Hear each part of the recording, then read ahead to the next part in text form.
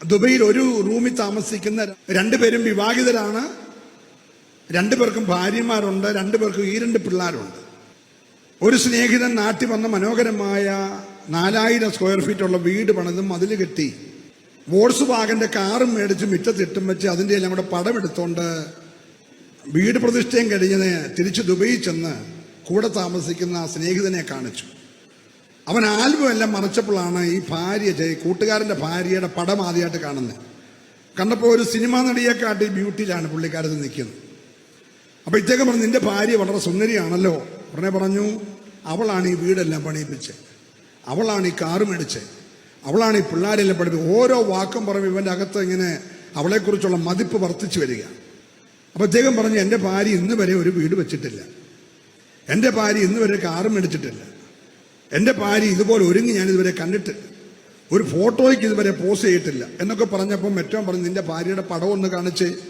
ഉടനെ അവൻ്റെ ഭാര്യയുടെ പടം കാണിച്ചപ്പോൾ പൗഡർ ഇടാതെ, മുഖത്ത് പൊട്ടിയിടാതെ, പുരികം പഠിക്കാതെ, ലിപ്റ്റിക്ക് തേക്കാതെ ഒരു കൊച്ച.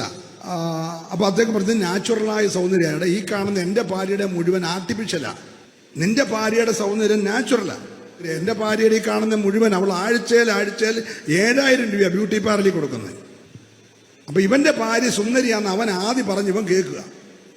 അപ്പൊ ഇവന് ഭയങ്കര സന്തോഷം. 2 ആഴ്ച കഴിഞ്ഞപ്പോൾ ഈ 2 പേരുടെയും ജോലി കമ്പനി ലേ ഔട്ടായി, ജോലി അങ്ങ് പോയി. ജോലി പോയപ്പോഴത്തേന് വീട് വെച്ചിട്ട് വന്നവന് പ്രഷർ കൂടുന്നു, ഞരമ്പ് പൊട്ടുന്നു, തലകറക്കം വരുന്നു, ആകെ പ്രശ്നമായി. മറ്റവൻ കൂളായിട്ടിരിക്കുക. അവൻ ചോദിച്ചു, നിനക്ക് എന്നാ പ്രഷർ കൂടുന്നു? ഉടനെ പറഞ്ഞു, ആ വീടിന്റെ പൈസ മുഴുവൻ ലോണാണ്, കാറിന്റെ പൈസ മുഴുവൻ ലോണാണ്, വലിയൊരു ബാധ്യത കിടക്കുക, ഇത് മുഴുവൻ അവള് വരുത്തി വെച്ചതാണ്. അപ്പൊ ഇവൻ പെട്ടെന്ന് ഇവന്റെ ഭാര്യയെ വിളിച്ചു, എടി എൻ്റെ ജോലി പോയി, എന്തോ ചെയ്യണം? അവള് പറഞ്ഞു, അച്ഛൻ ധൈര്യമായിട്ട് പോരെ, അയച്ച പൈസ മുഴുവൻ ബാങ്കിലുണ്ട്, ഒരു പൈസ ഞാൻ എടുത്തിട്ടില്ല. ഞാൻ ഈ കഴിഞ്ഞ 13 വർഷം ചെലവ് നടത്തിയത് ആടിനെ വളർത്തിയും പശുവിനെ വളർത്തിയും കോഴിയെ വളർത്തിയും കിട്ടിയ പൈസ കൊണ്ടാണ്. അതുകൊണ്ട് ആ ഫോട്ടോയ്ക്ക് പോസ്റ്റ് ചെയ്യാതെ വീട്ടിലെ കാര്യം നോക്കുമായിരുന്നു. അച്ഛൻ അയച്ച പൈസ മുഴുവൻ ബാങ്കിലുണ്ട്, നമുക്ക് 5 പൈസ കടമില്ല, ധൈര്യമായിട്ട് പോരാൻ പറഞ്ഞു. ഒരാൾക്ക് പ്രഷർ കുറഞ്ഞു, ഒരാൾക്ക് പ്രഷർ കൂടി. കാര്യങ്ങൾ മനസ്സിലാകുന്നുണ്ടല്ലോ. പുറമേ കാണുന്ന സൗന്ദര്യമല്ല പ്രിയവരെ സൗന്ദര്യം എന്ന് പറയുന്നത്.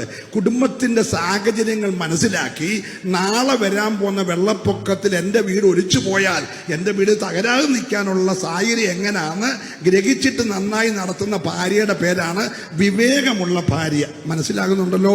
വിവേകത്തോടെ കാര്യങ്ങൾ ചെയ്യാൻ കഴിവുള്ള ഒരു ഭാര്യയാണെങ്കിൽ ജീവിതത്തിന്റെ പ്രതിസന്ധികൾ വരുമ്പോൾ ഭർത്താവ് റെയിൽവേ പാളത്തിൽ ചാടേണ്ടി വരത്തില്ല, 1.5 മുഴം കയറന്വേഷിക്കേണ്ട കാര്യം വരത്തില്ല, ഞാൻ പൊട്ടാത്ത ഫാൻ ഏതാണെന്ന് നോക്കേണ്ട കാര്യം വരത്തില്ല, അല്ലെ പ്രഷർ കൂടി ഞരമ്പ് പൊട്ടിപ്പോവും. അതുകൊണ്ട് മോളെ വിവേകത്തോടെ കാര്യങ്ങൾ ചെയ്യണം.